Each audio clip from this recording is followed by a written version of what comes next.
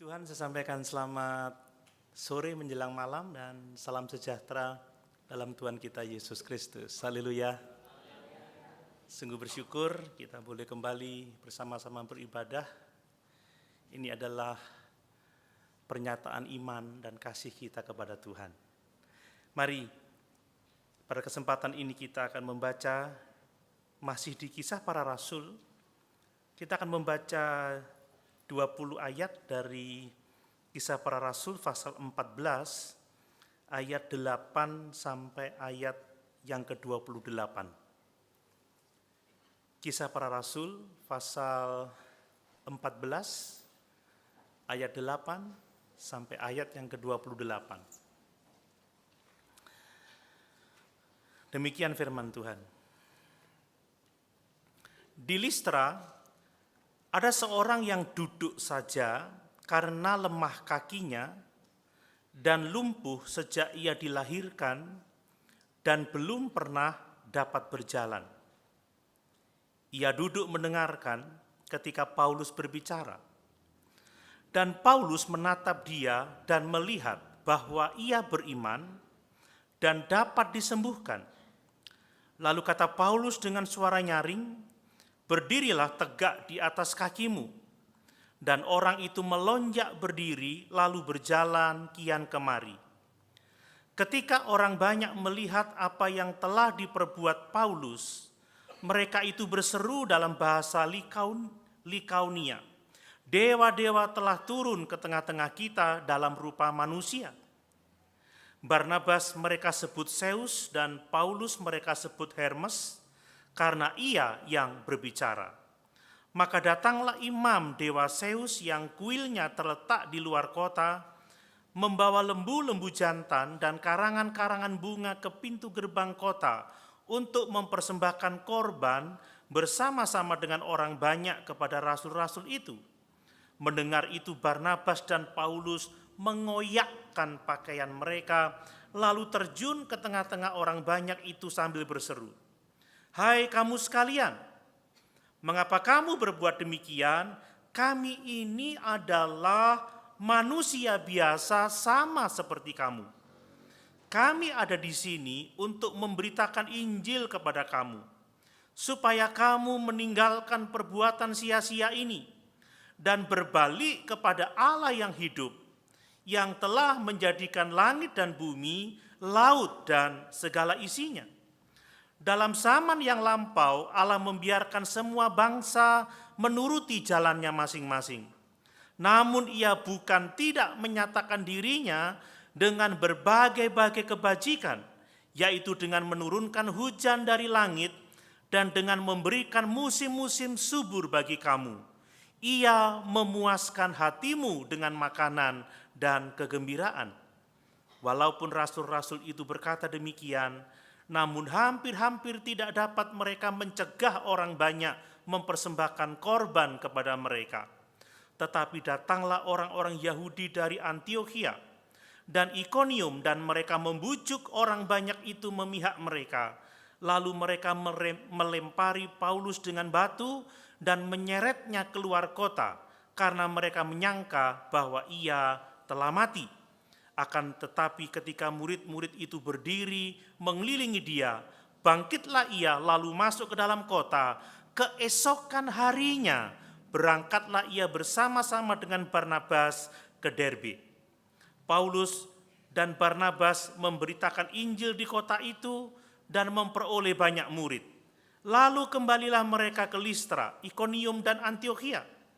Di tempat itu mereka menguatkan hati murid-murid itu dan menasihati mereka supaya mereka bertekun di dalam iman dan mengatakan bahwa untuk masuk ke dalam kerajaan Allah kita harus mengalami banyak sengsara.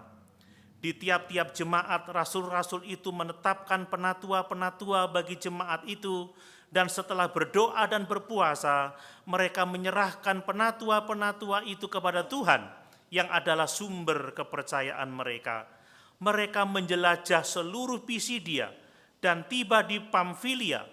Di situ mereka memberitakan firman di Perga, lalu pergi ke Atalia di pantai. Dari situ Berlayarlah mereka ke Antiokhia. Di tempat itulah mereka dahulu diserahkan kepada kasih karunia Allah untuk memulai pekerjaan yang telah mereka selesaikan. Setibanya di situ mereka memanggil jemaat berkumpul, lalu mereka menceritakan segala sesuatu yang Allah lakukan dengan perantaraan mereka, dan bahwa Ia telah membuka pintu bagi bangsa-bangsa lain kepada iman. Di situ mereka lama tinggal bersama-sama dengan murid-murid itu. Haleluya. Puji Tuhan. Bapak Ibu Saudara yang dikasihi oleh Tuhan, melalui ayat-ayat ini saya akan berkhotbah tentang tanda-tanda atau ciri-ciri hamba Tuhan yang baik dan setia. Mungkin ada yang berpikir, saya bukan hamba Tuhan, saya anak Tuhan. Bapak Ibu, masih ada banyak kesalahan berpikir bahwa bagi orang Kristen yang hamba Tuhan itu pendeta. Jadi pendetanya itu hamba Tuhan. Para pengerja itu hamba Tuhan. Jemaat itu anak Tuhan. Ini konsep yang keliru Bapak Ibu. Alkitab mengajar kepada kita bahwa semua orang percaya itu adalah hamba-hamba Tuhan. Amin. Bapak Ibu dan saya sama, hamba-hamba Tuhan. Anak saya juga hamba Tuhan. Jadi mari kita memiliki pandangan yang benar tentang identitas kita di dalam Kristus. Bahwa setiap orang percaya itu adalah hamba-hamba Tuhan. Yang membedakan saya pendeta, Bapak Ibu bukan. Tetapi sekalipun Bapak Ibu pengusaha, ibu rumah tangga, apapun profesimu sebagai orang percaya, kita semua adalah hamba-hamba Tuhan. Nah, saya ingin mengingatkan bahwa setiap orang yang percaya kepada Yesus itu telah dibeli dengan harga yang lunas, dibayar oleh Tuhan Yesus dari pasar budak dosa. Jadi kita ini adalah milik Kristus. Kita semua adalah hamba-hamba Kristus. Bapak Ibu menerima identitas ini? Menerima identitas ini? Amin. Bapak Ibu hamba Tuhan?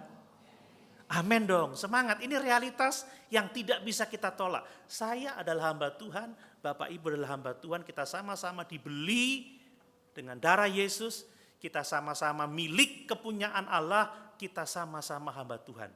Dan saya mau memberitahu bahwa sebagai hamba-hamba Tuhan, satu saat kita harus mempertanggungjawabkan pelayanan kita kepada Tuhan saat Dia datang kembali, Bapak Ibu. Saya secara pribadi sebagai hamba Tuhan, ya juga pendeta ya. Saya ingin saat saya berhadapan dengan Yesus, pada waktu Dia datang kembali, Dia akan menyambut saya dengan firman Tuhan dalam Matius pasal 25 ayat 21. Tolong ditampilkan di layar. Matius 25 ayat 21, saya ingin disambut dengan kata-kata ini. Baik sekali perbuatanmu itu, hai hambaku yang baik dan setia. Engkau telah setia dalam perkara kecil, aku akan memberikan kepadamu tanggung jawab dalam perkara yang besar. Masuklah dan turutlah dalam kebahagiaan Tuhanmu. Saya yakin Bapak Ibu juga ingin disambut dengan perkataan ini. Amin. Saya pernah khotbahkan beberapa bulan atau tahun atau tahun berapa itu ya dari seri Injil Lukas, bahwa perkara-perkara kecil itu adalah hal-hal duniawi, saudara. Uang, harta, kehidupan di dunia ini. Orang-orang yang bisa dipercaya dalam hal perkara-perkara kecil soal uang, kita jujur, kita bertanggung jawab, dan kita percaya kepada Yesus, tidak hanya menjadi kaya secara jasmani tetapi kaya di hadapan Allah, kita akan dipercayakan perkara-perkara besar. Itulah harta rohani, itulah kehidupan kekal yang Tuhan sediakan kita di surga. Amin. Saya ingin disambut dengan kata-kata seperti itu, dan saya rindu Bapak Ibu juga memiliki keinginan yang sama. Jangan sampai saudara pada saat kita berhadapan dengan Tuhan Yesus, Dia menolak kita. Coba ditampilkan di Matius 7 ayat 23. Matius 7 ayat 23. Supaya kita mengerti konteksnya ya dari khotbah saya ini. Pada waktu itu aku akan berterus terang kepada mereka dan berkata, aku tidak pernah mengenal kamu, enyahlah daripadaku, kamu sekalian pembuat kejahatan. Saya tidak mau kalau Tuhan melihat saya lalu dia berkata, aku tidak kenal sama kamu. Hai kamu semua pembuat kejahatan. Itu sebabnya mari sore ini kita mau memperhatikan gimana sih ciri-ciri hamba Tuhan yang baik dan setia itu. Amin Bapak Ibu. Nah, coba baca 1 Korintus pasal 4 ayat 1 sampai 2. Ini adalah kesaksian Paulus tentang kehambaan Tuhanannya, saudara ya. Coba kita lihat 1 Korintus 4 ayat 1 dan 2. Dia menulis seperti ini. Demikianlah hendaknya orang memandang kami, memandang Paulus sebagai hamba-hamba Kristus. Nah ini. Banyak loh pendeta yang bukan hamba Kristus, banyak juga pengerja yang bukan hamba Kristus. Banyak orang yang mengaku Kristen tetapi bukan hamba Kristus. Tetapi Paulus berkata, demikianlah hendaknya orang memandang kami sebagai hamba-hamba Kristus. Yang kepadanya dipercayakan rahasia Allah, yang akhirnya dituntut dari pelayan-pelayan yang demikian ialah bahwa mereka ternyata dapat dipercayai. Jadi yang dituntut dari hamba-hamba Kristus adalah dapat dipercayai. Itu bicara soal kesetiaan. Dalam terjemahan yang lain, English Standard Version dikatakan adalah hamba-hamba yang setia. Orang-orang yang baik, orang-orang yang setia. Nah, saya mau supaya kita semua dapat memandang diri kita sebagai hamba-hamba Kristus. Saya ini hamba Kristus. Bapak Ibu akan berkata pada diri sendiri, aku ini hamba Tuhan. Maka kalau saya mengajar anak-anak saya, kamu jangan berbuat baik, hidup benar karena kamu semata-mata anak pendeta ya. Enggak. Papa enggak mau seperti itu. Kamu sama Papa sama, kita ini hamba-hamba Tuhan. Kita bertanggung jawab sama Tuhan. Amin Bapak Ibu. Jadi katakan pada dirimu, aku ini hamba Tuhan. Seperti Maria ketika dia didatangi oleh Gabriel bahwa dia akan mengandung. Dia berkata, sesungguhnya aku ini hamba Tuhan. Maria bukan pendeta loh, tapi hamba Tuhan. Bapak Ibu bukan pendeta, tapi hamba Tuhan. Dan tujuan Bapak Ibu hidup sebagai hamba Tuhan adalah supaya Bapak Ibu melayani Tuhan dengan baik dan setia. Ini tujuan kita. Ini tujuan kita. Dan puji syukur ayat-ayat yang kita baca memberikan kepada kita teladan dari Paulus dan Barnabas, hamba-hamba Tuhan yang baik dan setia. Melalui peristiwa-peristiwa yang kita baca dalam pelayanan misinya, melalui tantangan yang dia hadapi, melalui responnya terhadap persoalan-persoalan yang dihadapi, kita bisa melihat di sini bahwa Paulus dan Barnabas adalah hamba-hamba Tuhan yang baik dan setia. Makanya Paulus berkata di dalam 2 Timotius pasal yang ketiga ayat yang ke-16, aku telah mengakhiri pertandingan yang baik, aku telah mencapai garis akhir, aku telah memelihara iman, dan sekarang telah tersedia bagiku mahkota kebenaran. Karena dia hamba Tuhan yang baik bisa berkata seperti itu. Hamba Tuhan yang setia. Saya rindu satu saat kelak kalau kita hendak menutup mata jasmani untuk selama-lamanya, hendak mengembuskan nafas yang terakhir, saudara, kita bisa berkata, aku adalah hamba yang baik dan setia. Amin Bapak Ibu. Kalau Bapak Ibu tidak sampai pada tahap itu, sia-sia hidupmu. Jangan sampai yang kita dengar, aku tidak kenal kamu. Ngeri saudara, nyahlah kamu dari hadapanku. Makanya mari kita melalui contoh Paulus dan Barnabas menilik hidup kita masing-masing. Kalau ternyata kita hamba-hamba Tuhan yang baik dan setia, puji Tuhan. Kalau belum, mari kita mengalami transformasi hidup menjadi hamba-hamba Tuhan yang baik dan setia. Amin. Ada beberapa hal saudara yang saya mau sampaikan. Yang pertama saudara, tanda-tanda seorang hamba Tuhan yang baik dan setia yang dicontohkan oleh Paulus dan Barnabas adalah bahwa mereka adalah hamba-hamba Tuhan yang penuh dengan iman dan ketaatan kepada Allah, saudara. Jadi hamba-hamba Tuhan yang baik dan setia itu dia sungguh-sungguh percaya kepada Yesus. Hidupnya taat kepada firman Kristus. Jadi kalau kita mengaku hamba Tuhan tetapi kita tidak sungguh-sungguh percaya, kita nggak mau taat, nggak mau dengar-dengaran, hidup menurut keinginan daging kita, kemauan kita sendiri, maka kita bukanlah hamba-hamba Tuhan yang baik. Saudara, kita membaca dari ayat 8 sampai yang ke-10 dari Kisah Rasul pasal yang ke-14 tadi, Paulus dan Barnabas menunjukkan iman dan ketaatannya yang teguh kepada panggilan Allah. Dia pergi menjalankan misi karena imannya, karena ketaatannya kepada Allah. Dan di Listra, Paulus yang penuh dengan Roh Kudus itu, dia melihat seorang yang lumpuh sejak lahirnya.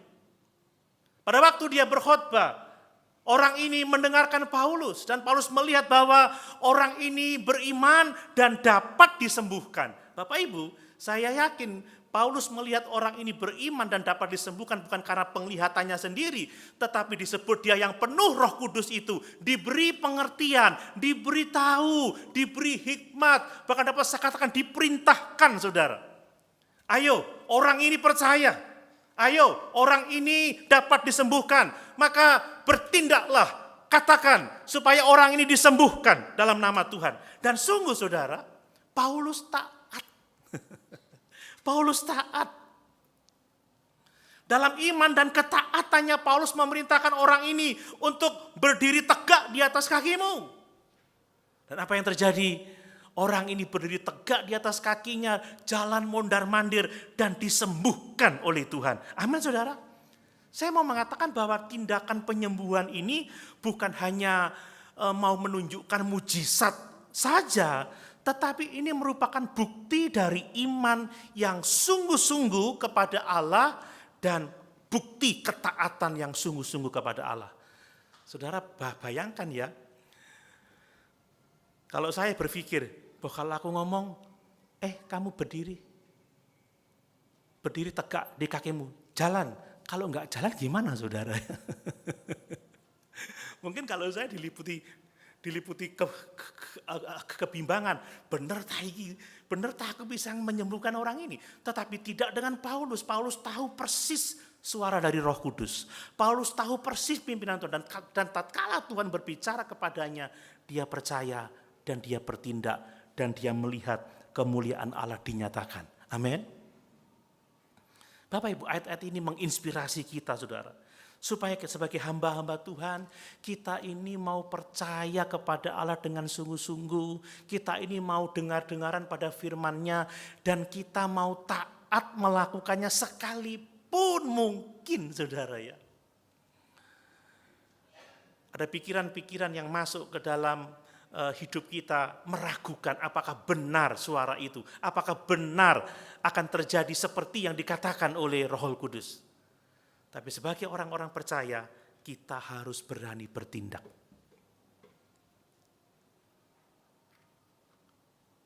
Bapak Ibu sungguh-sungguh percaya kepada Yesus? Amin. Mau taat? Sekalipun mungkin Tuhan memerintahkan kita melakukan sesuatu yang sepertinya di luar nalar kita. Apa iya sih? Kan begitu. Apa saja kalau Tuhan menggerakkan hati Bapak Ibu untuk melakukan kebaikan, untuk melakukan kebenaran, maka belajarlah untuk percaya, belajarlah untuk taat, dan itu akan menunjukkan atau menjadi bukti bahwa kita adalah hamba-hamba yang baik dan setia kepada Tuhan. Ada begitu banyak contoh ketaatan saudara. Kita bisa belajar di tokoh-tokoh perjanjian lama. Di antaranya adalah Abraham. Saya yakin Bapak Ibu sudah kenal sekali dengan cerita panggilan Abraham di dalam Kejadian pasal 12 ayat 1 sampai 4. Bapak Ibu bisa membuka di Alkitab masing-masing atau bisa ditampilkan. Tetapi saya yakin kita semua tahu persis kisah ini tentang panggilan Abraham. Kita tahu siapa Abraham, dia seorang kafir, dia hidup di daerah kafir, dia penyembah berhala saudara. Tetapi kita mengenal dia pada akhirnya sebagai bapak orang beriman. Dia adalah contoh yang sangat luar biasa untuk yang namanya iman dan ketaatan. Ketika dia dipanggil oleh Tuhan untuk meninggalkan negerinya, untuk meninggalkan sanak familinya, untuk meninggalkan rumahnya, maka dia taat, saudara. Dia percaya pada panggilan Tuhan.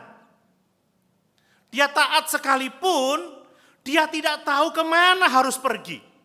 Tuhan belum menunjukkan detail tempat yang harus dia tuju. Tetapi terhadap panggilan Tuhan ini Abraham dia percaya. Abraham itu taat, saudara. Saudara, meninggalkan segala sesuatu yang kita miliki itu bukan satu hal yang mudah. Meninggalkan kenalan orang-orang dekat itu bukan satu hal yang mudah. Apalagi meninggalkan ayah, meninggalkan ibu, meninggalkan kakak adik, pergi ke tempat yang jauh itu tidak mudah. Abraham adalah teladan ketaatan. Luar biasa, Abraham pergi, saudara. Pergi dengan tidak tahu tempat yang harus dituju. Dia pergi meninggalkan rumahnya, kemapanannya. Dia pergi meninggalkan ayahnya, ibunya, saudara-saudaranya. Dia pergi meninggalkan orang-orang yang dikenalnya, kotanya, tempat yang telah bertahun-tahun dia hidup dan nyaman, saudara. Tapi inilah harga sebuah ketaatan. Inilah yang menjadikan seseorang menjadi hamba Tuhan yang baik dan setia. Abraham seperti juga Paulus dan Barnabas adalah hamba Tuhan yang baik dan setia. Nah, seperti Abraham, apakah kita bersedia melangkah dengan iman? Bahkan ketika Tuhan memerintahkan kita untuk melakukan sesuatu yang mungkin belum jelas bagi kita, bahkan ketika arahnya tidak bisa kita ketahui, apakah kita masih bisa mempercayai janji Tuhan dan melakukan seluruh kehendak-Nya? Tantangan orang taat itu enggak gampang, saudara. Ya. Adakah panggilan Tuhan dalam hidupmu untuk melayani, untuk mengorbankan sesuatu, untuk melakukan kebenarannya? Apakah Bapak Ibu mau merespon seperti Abraham merespon panggilan Tuhan? Ini contoh ketaatan. Contoh yang lain adalah Nuh. Ini jauh sebelum Abraham, Nuh, Bapak Ibu ya. Kita tahu bagaimana kisah Abraham di Kejadian pasal 6 ya. Allah itu memerintahkan Nuh ya untuk apa? Membangun bahtera sebagai persiapan untuk menghadapi air bah. Dan ini contoh ketaatan yang luar biasa. Bayangkan, saudara, belum pernah ada hujan pada waktu itu. Bahkan tempat tinggalnya bukan di tepi laut, tetapi di daerah datar atau bahkan mungkin dataran yang cukup tinggi. Kalau itu disampaikan kepada orang lain, pasti orang lain tidak mau percaya perintah untuk membangun bahtera. Makanya kita membaca di Alkitab bagaimana Abraham dicemooh, Abraham dihina, dianggap orang gila, saudara. Tetapi yang sungguh luar biasa, Nuh mentaati perintah Allah. Dia melakukan tepat seperti yang dilakukan oleh Tuhan. Ini pelajaran yang berharga bagi kita, Bapak Ibu. Iman Nuh terhadap panggilan Allah untuk membuat bahtera, peringatan bahwa akan ada air bah, ini menunjukkan bahwa Nuh percaya kepada Allah dan taat kepada firman. Ini yang menyebabkan Nuh menjadi seorang hamba Tuhan yang baik dan setia. Nah, apakah kita juga sebagai hamba-hamba Tuhan akan siap mentaati perintah Tuhan, perintah Allah, bahkan sekalipun perintah itu tampaknya tidak masuk akal, orang lain katakan, bodoh kamu ini, aneh kamu ini. Masa kamu membuat bahtera padahal tidak pernah ada banjir selama kita hidup di sini. Kita jauh dari sungai, jauh dari yang namanya lautan. Bahkan pada waktu itu bumi itu dibasahi dengan embun, Bapak Ibu.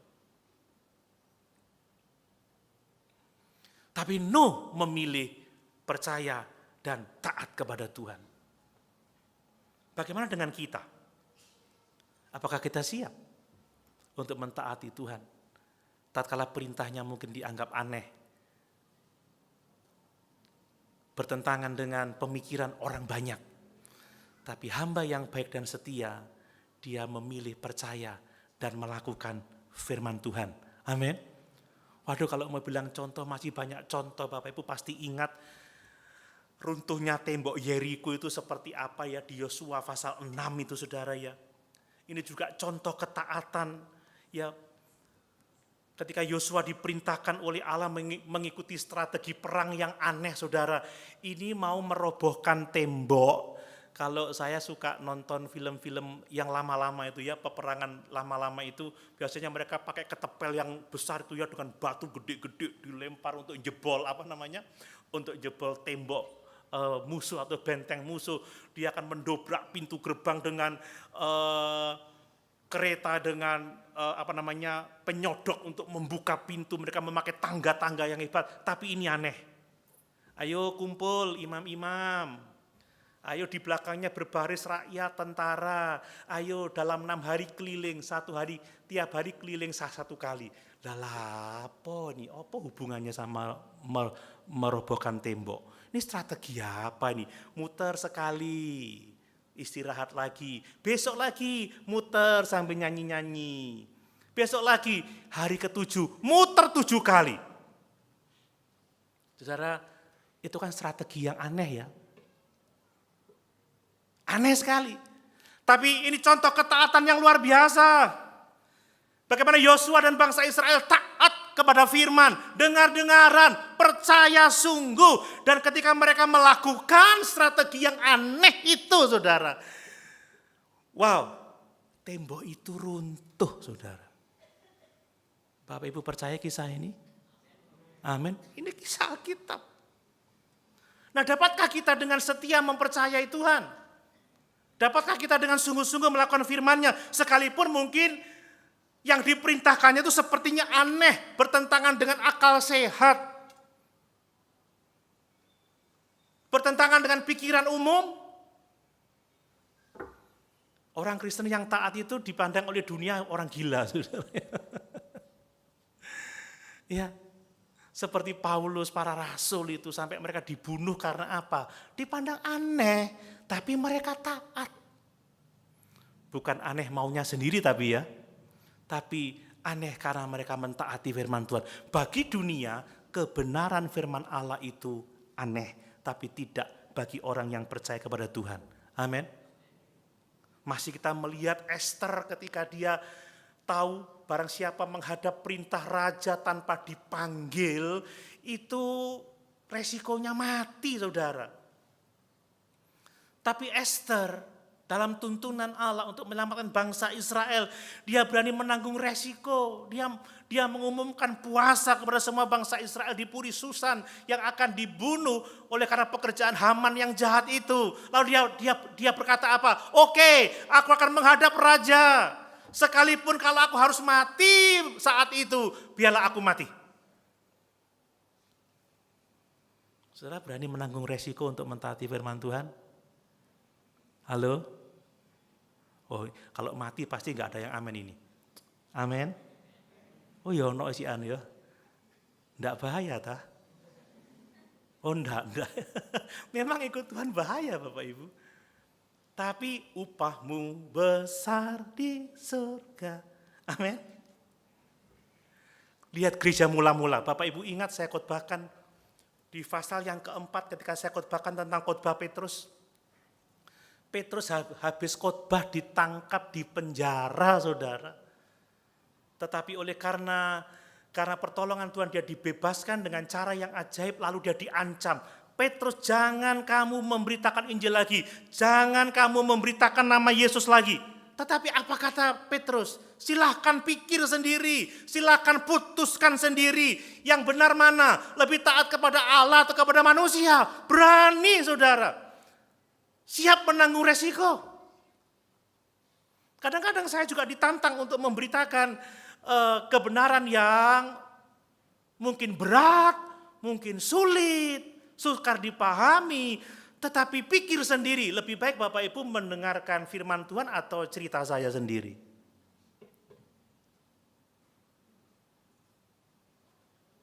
Bapak Ibu, kita tidak hidup dari kesaksian orang, tapi kita hidup dari perkataan yang keluar dari mulut Allah. Kita hidup dari firman Tuhan. Pikir sendiri. Baik taat manusia atau taat Allah. Inilah ciri hamba Tuhan yang baik saudara. Mari contoh-contoh yang kita baca tadi.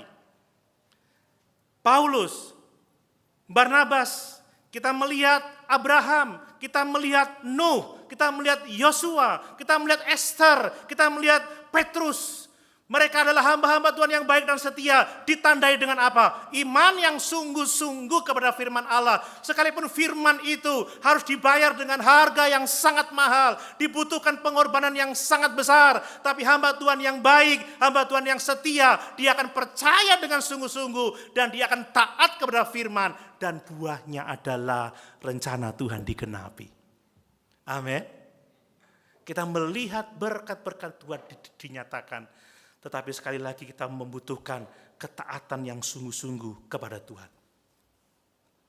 Hal yang berikutnya saudara, tanda-tanda atau ciri-ciri hamba Tuhan yang baik dan setia itu adalah mereka adalah orang-orang yang rendah hati, yang tidak mencari kemuliaan bagi dirinya sendiri, dan yang berani mengatakan kebenaran untuk mengoreksi kekeliruan. Ini hamba Tuhan yang baik dan setia. Kalau kita baca di pasal 14 tadi Kisah Rasul ayat 11 sampai 18, kita tahu bagaimana mujizat yang dikerjakan oleh Allah melalui Paulus itu direspon dengan keliru. Dipikir Barnabas ini dewa Zeus, dipikir Paulus ini adalah Hermes. Zeus itu adalah pemimpin para dewa. Dewa Zeus, siapa yang tidak kenal Zeus, yang suka nonton film The Titan itu ya, The God of Egypt itu pasti tahu hal seperti itu ya. Dewa-dewa orang Yunani kuno itu tahu dewa Zeus. Saya tidak akan menyampaikan latar belakang dari situ, akan panjang saudara. Tetapi intinya adalah mereka salah paham. Oh ini Zeus, ini ini Hermes. Hermes itu adalah dewa orator yang pandai berbicara. Karena yang berkhotbah adalah Paulus. Maka mereka pergi ke imam dewa Zeus, pergi ke kuil, lalu mereka mengatakan ternyata dewa-dewa telah datang dalam rupa manusia. Zeus mengunjungi kita, kemudian Hermes mengunjungi kita. Mereka berbondong-bondong membawa lembu jantan, membawa karangan bunga untuk dipersembahkan kepada Paulus dan kepada Barnabas. Tetapi terhadap penyembahan yang seperti itu, mereka merobek bajunya. Kok yang ngapain yang ngerobek bajunya eman-eman saudara ya? Tapi dalam konteks zaman itu tanda penyesalan, itu tanda perkabungan. Cek nemene wong-wong iki ngawuri gitu saudara. Dia robek bajunya, dia terjun di tengah-tengah orang banyak.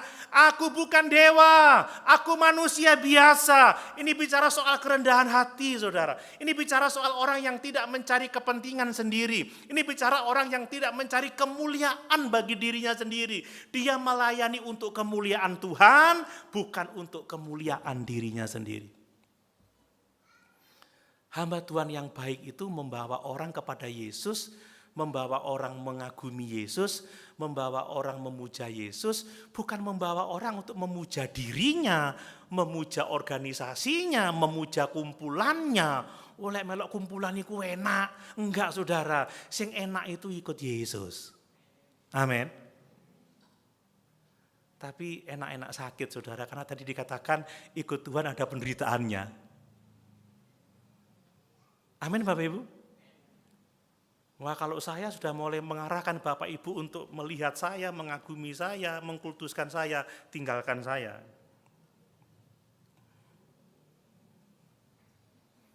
Banyak hamba-hamba Tuhan yang tidak punya kerendahan hati, yang tidak mengutamakan kemuliaan Yesus, tetapi mencari kepentingannya sendiri saudara. Tapi tidak dengan Paulus, tidak dengan Barnabas. Coba seandainya dia, enggak apa-apalah, enak jadi raja, jadi dewa. Sudah jadi dewa enak ya, kasih lembu, kasih karangan bunga, minta apa aja dituruti enggak ya kira-kira ya? Waduh kalau saudara mendewakan saya seperti apa ya rasanya ya? Pernah enggak berpikir pengen jadi selebritis yang dipuja-puja gitu? Kalau ketemu, nggak ada yang lihat saya, Om Dani, nggak ada untungnya begitu ya. Coba seandainya Paulus, ya aku Hermes, dia Zeus, kasih aku makanan terenak, layani aku, nanti baru tak beritakan Injil. Enggak, saudara. Mereka mencari kemuliaan Tuhan. Dan mereka menyatakan kebenaran. Kami manusia biasa. Kami kesini bukan untuk dipuja sebagai dewa. Karena kami bukan dewa. Kami datang untuk apa? Kami datang memberitakan Injil. Supaya kamu meninggalkan dewa-dewa kesetiaan ini. Dan beribadah kepada Allah yang benar. Di dalam Kristus Yesus Tuhan itu. Saudara, hamba yang baik itu rendah hati, nggak mencari kemuliaan untuk dirinya sendiri, dan dia mengatakan kebenaran untuk mengoreksi kesalahan.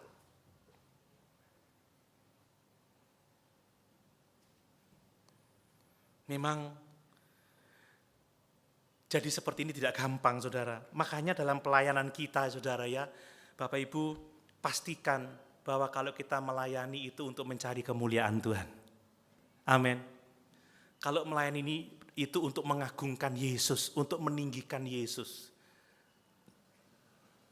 Jangan ngajak orang itu kepada dirimu atau kepada sesuatu yang lain. Ajak orang datang kepada Yesus. Karena dialah jalan, kebenaran, dan kehidupan. Dan bahwa tidak ada seorang pun yang dapat selamat kalau tidak melalui Yesus. Ada banyak contoh kerendahan hati dalam Alkitab. Tetapi mungkin kita lihat dari contoh ini saja. Intinya kalau Bapak Ibu mau melakukan sesuatu, jangan untuk mencari kepentingan diri sendiri, tetapi lakukan itu untuk kemuliaan Tuhan. Dan kalau Bapak Ibu melihat pelanggaran, melihat kekeliruan, melihat kesalahan, maka dengan rendah hati mari kita menolong orang untuk mengenal kebenaran dan menuntun dia di dalam persekutuan yang benar dengan Tuhan. Amin, Bapak Ibu. Ini sesuatu yang sangat penting untuk kita lakukan kalau kita memang mau menjadi hamba-hamba Tuhan yang baik dan yang setia. Yang ketiga, saudara. Hamba yang baik dan setia adalah hamba-hamba yang ditandai dengan ketekunan dan ketabahan di tengah-tengah penderitaan. Wow, luar biasa. Bapak Ibu, di ayat yang ke-19 sampai 20 kita membaca, sekalipun Petrus dan Barnabas mengoyakkan pakaiannya, mencegah mereka menyembah tapi tidak dapat mereka menahan, tetapi akhirnya datang orang-orang Yahudi dari Ikonium, dari Antiokhia, lalu menghasut mereka, memihak kepada mereka, dan akhirnya menganiaya Paulus dan Barnabas. Dan yang lebih mengerikan, Paulus dilempari dengan batu sampai mereka berpikir bahwa Paulus sudah mati, saudara. Mereka diseret keluar kota. Dan saya pikir pada waktu itu Paulus memang seharusnya mati karena dilempari batu, saudara. Tapi keajaiban terjadi, mujizat terjadi ketika murid-murid datang mengelilingi Paulus. Tiba-tiba Paulus bangun, dan setelah bangun apakah dia kapok? Apakah dia, udahlah, aku ini udah taat, aku ini udah setia, aku ini udah meninggalkan Tarsus, aku sudah ke Antiokhia, aku ke Ikonium, aku ke Listra, ke Derbe, ke Pisidia, kemana-mana. Kok ya Tuhan tega-teganya ya membiarkan aku dilemparin batu? Kebacut Tuhan Yesus itu. Enggak, dia enggak berkata seperti itu. Enggak, dia tetap percaya, dia tetap beriman. Dan langsung besok paginya dia pergi ke Derbe bersama-sama dengan Barnabas dan apa? Memberitakan Injil kerajaan Allah. Amin. Tidak ada waktu istirahat, banyak saudara dilempar batu itu. Bahkan dianggap mati, itu artinya enggak main-main. Ada yang pernah dilempar batu di sini? Ada yang punya pengalaman itu? Oh ada, di belakang, sakit itu ya. Saudara, dilempar batu itu sakit. Kalau Bapak Ibu pengen punya pengalaman bisa dicoba sekarang. Ada batu di kiri kanan kita? Boleh coba. Tapi enggak kapok, saudara. Ya. Tetap tekun, tetap setia. Enggak undur. Nah, kiranya kita juga memiliki ketekunan yang sama seperti yang Paulus tunjukkan kepada kita, seperti Barnabas yang tunjukkan kepada kita, tidak gentar menghadapi pencobaan, tidak gentar menghadapi aniaya, tidak gentar menghadapi kesulitan, tidak gentar menghadapi air hujan, tidak gentar menghadapi es, kan begitu ya. Kalau di Jepang katanya dingin sekarang. Tidak gentar menghadapi cibiran, ejekan dan lain sebagainya, terus maju di dalam Tuhan, terus maju di dalam pelayanan. Inilah hamba yang baik dan setia. Kadang kita punya masalah dikit aja udah, kata orang Jerman, ngelokro, saudara. Letih lesu tak bertenaga. Kalau zaman saya dulu minumnya pil kita, sekarang nggak ada.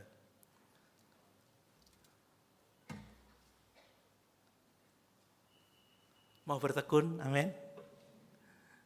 Sekalipun ada tantangan, sekalipun orang menjauhi kita, kalau menjauhi mungkin masih sedikit aman, tapi kalau mendekat dengan batu ini yang paling bahaya.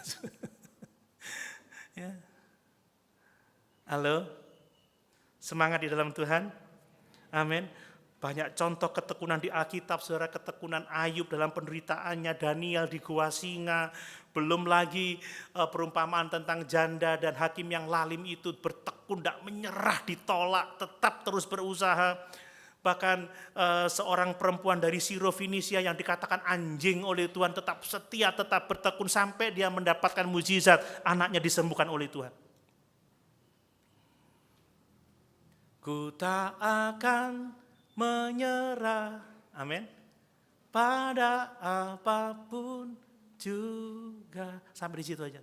Ada tantangan, ada pencobaan, dalam suka duka kita tetap maju di dalam Tuhan. Paulus itu sempat karam kapal, dipukul, didera, tetap setia, saudara. Nah, kemudian hamba yang baik dan setia itu memikirkan kebutuhan rohani orang-orang yang ada di bawah pengaruh pelayanannya, saudara. Setiap kita hamba Tuhan, di bawah kita itu ada orang-orang yang ada di lingkungan pengaruh kita. Bagi papa mama itu anak-anak, ya, bagi pengurus gereja itu ya jemaat, pengurus rayon ya rayonnya, pengurus wadah-wadah ya anggotanya, bahkan di lingkungan yang lain. Kita ini kalau menjadi hamba-hamba Tuhan yang baik dan yang setia, kita ini akan melayani atau menggembalakan mereka dan memuridkan mereka. Coba saudara, sudah hampir habis dipukuli, dilempar dengan batu, udah capek, tidak memikirkan dirinya sendiri, tetapi memikirkan kepentingan orang-orang yang ada di dalam pelayanannya. Coba lihat ayat 21 sampai 23. Kita baca ayat ini. Ya, Paulus dan Barnabas memberitakan Injil di kota-kota itu dan memperoleh banyak murid. Lalu kembalilah mereka ke Listra, Ikonium dan Antiokhia.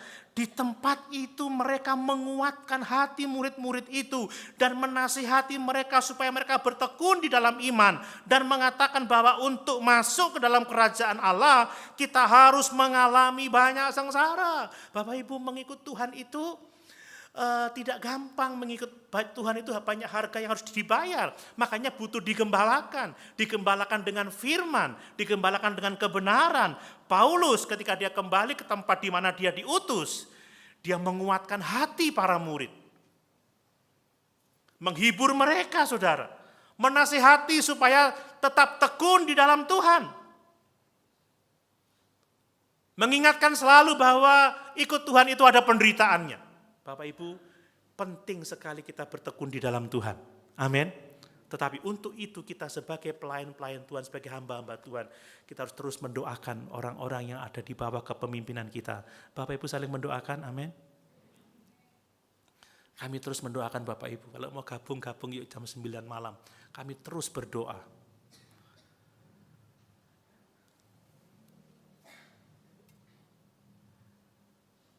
Setelah mendoakan apa? Menasihati. Kemudian apa? Menjadi teladan. Menghibur. Supaya apa? Jemaat tidak terhilang. Ya, tidak apa-apa, mungkin saya cerita di sini waktu saya mengikuti kebaktian rayon rayonnya udah tinggal sedikit, yang datang dari jemaat cuma 3 orang, tapi yang dari pengerja 10 orang, jadi tetap rame aja. Lalu kata ketuanya, Om Doni kalau boleh usul diterima terima kasih, nggak diterima ya nggak apa-apa. Untung usulnya tolong dibubarkan aja rayon ini, untung nggak begitu. Tolong digabung ya rayonnya dengan rayon yang lain.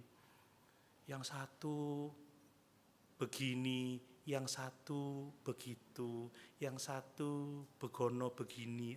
Waduh, saya bilang tetap semangat di dalam Tuhan. Amin. Saya bilang tetap setia di dalam Tuhan, tidak usah undur. Ada waktunya kita menuai jiwa-jiwa. Amin. Loh, yang penting setia dulu. Yang penting setia dulu. Mungkin Bapak Ibu ngomong seperti ini, Eklesia ini kok kebaktian rayonnya kok sedikit, lah Bapak Ibu nggak mau datang. Ayo. Ini kebaktian tengah minggu Eklesia kok sepi ya. Coba Bapak Ibu datang semua seperti sekarang, ramai seperti hari Minggu. Makanya saya menasihatkan saudara. Jangan tinggalkan hari-hari ibadah. Amin. Jadi kita perlu saling menasihati, saling menghibur, saling menolong, saling mendorong untuk orang tetap setia di dalam Tuhan. Apakah kita punya beban untuk kerohanian orang-orang yang ada di sekitar kita? Kalau kita melihat ada yang letih, lesu, lemah, apakah kita mendoakan mereka, mengunjungi mereka? Jangan tunggu gembala saja, jangan tunggu pengerja saja. Kalau memang dibutuhkan segera bantuan, telepon ke gembala, telepon ke pengerja, kami akan dengan senang hati menghibur, menasihati, mendoakan, membantu. Bapak Ibu, jangan sungkan ya. Kadang orang berpikir gini, sungkan ya Pak Doni sibuk paling ya. Saudara, tidak ada kata sungkan. Kalau sudah urusan dengan saudara mau sibuk seperti apapun juga dunia berhenti untuk saudara. Wih, sweet, so sweet gitu ya, benar saudara. Sesibuk-sibuknya saya kalau sudah ada telepon, Pak Pendeta tolong, sudah dunia berhenti, saya akan datang. Kalau ngomong sungkan-sungkan, tahu-tahu Pak Doni saya baru diopname sebulan. Loh, kok gak ngomong? Iya, takut ngerepotin, ya salahmu dewe.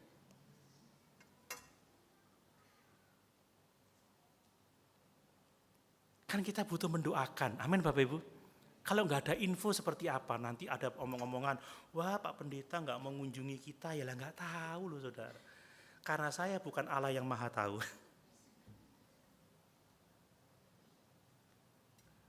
Haleluya. Selagi kita saling berkomunikasi, saudara, kita harus saling menguatkan, saling menghibur, saling menolong, saling mendoakan. Itu adalah ciri hamba Tuhan yang baik, ciri hamba Tuhan yang akan menerima upah besar dalam kerajaan surga. Amin Bapak Ibu.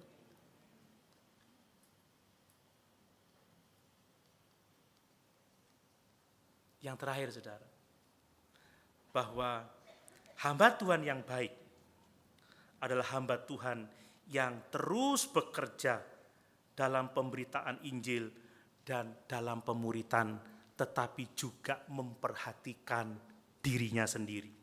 Kita lihat ayat 24 saudara ya, dari Kisah Rasul 14 ayat 24 tadi itu, mereka menjelajah seluruh Pisidia dan tiba di Pamfilia. Di situ mereka memberitakan firman di Perga, lalu pergi ke Atalia di pantai. Dari situ berlayarlah mereka ke Antiokhia, nggak ada hentinya saudara ya. Dan di tempat itulah mereka dahulu diserahkan kepada kasih karunia Allah untuk memulai pekerjaan yang telah mereka selesaikan. Setibanya di situ, mereka memanggil jemaat berkumpul. Lalu mereka menceritakan segala sesuatu yang Allah lakukan dengan perantaraan mereka. Dan bahwa ia telah membuka pintu bagi bangsa-bangsa lain kepada iman.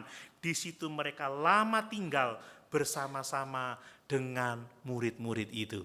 Bapak Ibu, pelayanan tidak pernah berhenti, tetapi kita juga harus memperhatikan keadaan diri kita. Amin. Setelah keliling melakukan tugas pelayanan pemberitaan Injil, lalu mereka berhenti dalam waktu yang cukup lama dengan ini bicara soal istirahat, saudara. Setiap kita dituntut untuk bekerja karena tuaian banyak, tetapi setiap kita juga membutuhkan waktu-waktu istirahat, waktu-waktu untuk kita mengecas kehidupan kita lagi, waktu-waktu kita duduk di kaki Tuhan, waktu-waktu kita menikmati hadirat Tuhan, waktu-waktu kita mengalami persekutuan yang berkualitas dengan Tuhan. Amin. Karena itu demi kelangsungan pelayanan kita, Bapak Ibu. Ya kalau kita nggak tahu istirahat, capek, sakit, langsung geblak, innalillahi, kan nggak bisa terus melayani ya. Saya juga kadang mohon maaf kalau mungkin karena capek, sudah handphone saya matikan. Setelah istirahat cukup, saya menyalakan lagi. Jadi kalau misalkan telepon, misalkan